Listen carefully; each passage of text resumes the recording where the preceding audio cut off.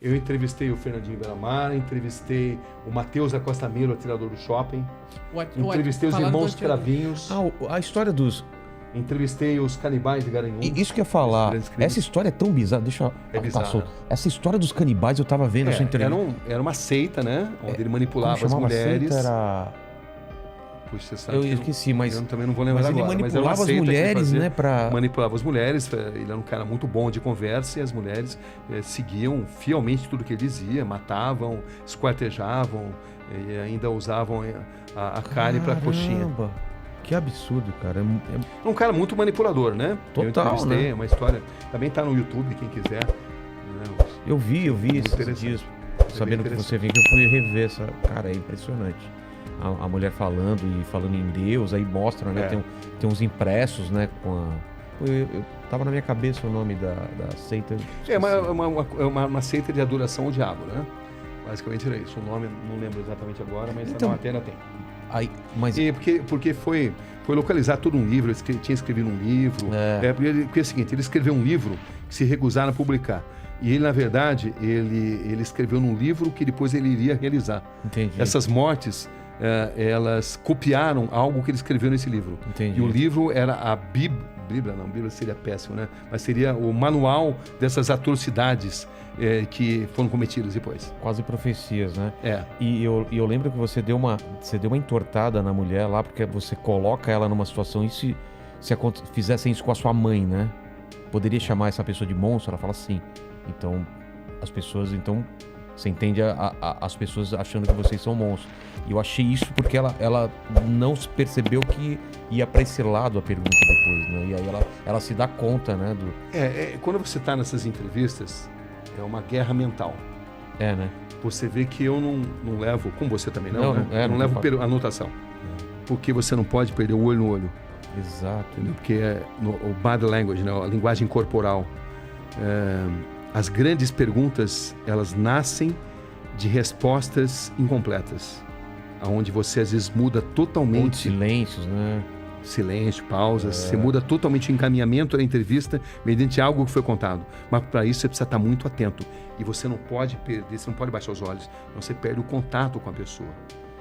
Então, é assim que você consegue extrair, né? Eu lembro, por exemplo, quando eu entrevistei o Matheus da Costa Melo, o atirador do shopping, né? Uma frase dele que me impressionou muito. Aquele do filme, que ele entrou no meio do filme. Isso, que ele assistiu o filme Clube da Luta. E depois... Saiu atirando mesmo. Exatamente, saiu atirando. E ele dizia, o que ficou na sua mente? Ele falou, ficou na minha mente claramente o cheiro de sangue e pipoca. Caramba. Você vê, ele relacionava sangue e pipoca na mente dele. E nunca se arrependeu do que fez. Essa é a verdade. Psicopata não se arrepende.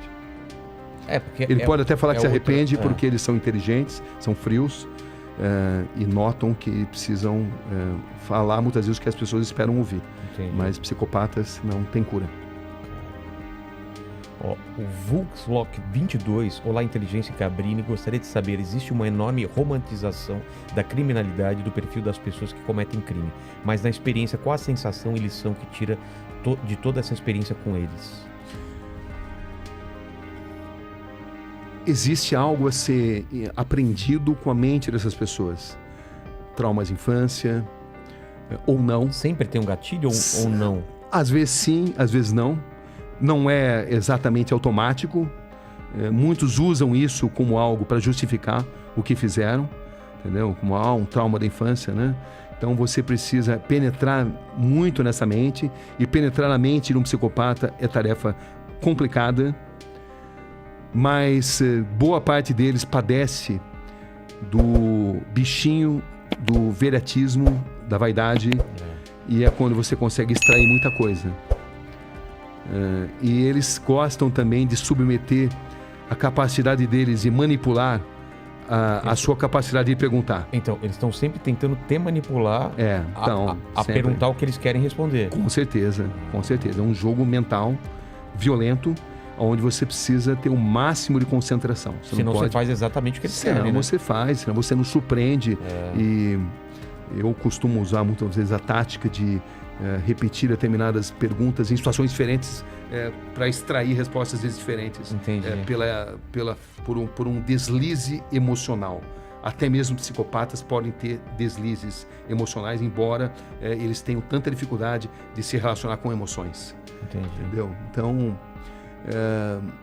é algo que você vai aprendendo, né? Você vai aprendendo e você vai lendo nas pessoas, no olhar das pessoas, nos gestos que elas fazem. Elas vão emitindo os sinais. Às vezes elas estão morrendo de vontade de contar uma determinada verdade, desde que você consiga entender esses códigos. Ou outras vezes não. Como se fosse um prêmio que você precisa merecer, merecer intelectualmente para ela te revelar aquilo, né? Por isso que eu acredito muito em perguntas curtas e grossas, perguntas grandes demais, dão chance para a pessoa pensar no que vai responder. Entendi. Quando você está falando na sua pergunta, ela já está, vou falar isso, né? Entendeu? Não. A pergunta curta e grossa, muitas vezes, de sopetão, é uma grande arma. Mas também a maneira de entrevistar o Rogério não é a maneira de entrevistar o Mandíbula. As pessoas têm personalidades diferentes. Às vezes você precisa ser mais suave, às vezes você precisa ser mais incisivo. Isso muda. Como decidir? Experiência. Psicologia, eu sempre tive muito fascínio pela psicologia, mas a psicologia prática, né? Claro que eu me informo, né? Procuro ler os grandes mestres, mas é muito intuitivo também. Tem essa linguagem silenciosa, né? Com certeza. Corpo, microexpressões. Tem. O Aleph... desculpa, pode falar. Não, e também tem dia que você capta mais, tem dia que você capta menos, enfim, é uma violenta guerra mental. Em determinadas entrevistas, não todas, né? Tem entrevistas que não. São mais tranquilas. São mais tranquilas, mas em determinados momentos você sente que você está numa guerra mental.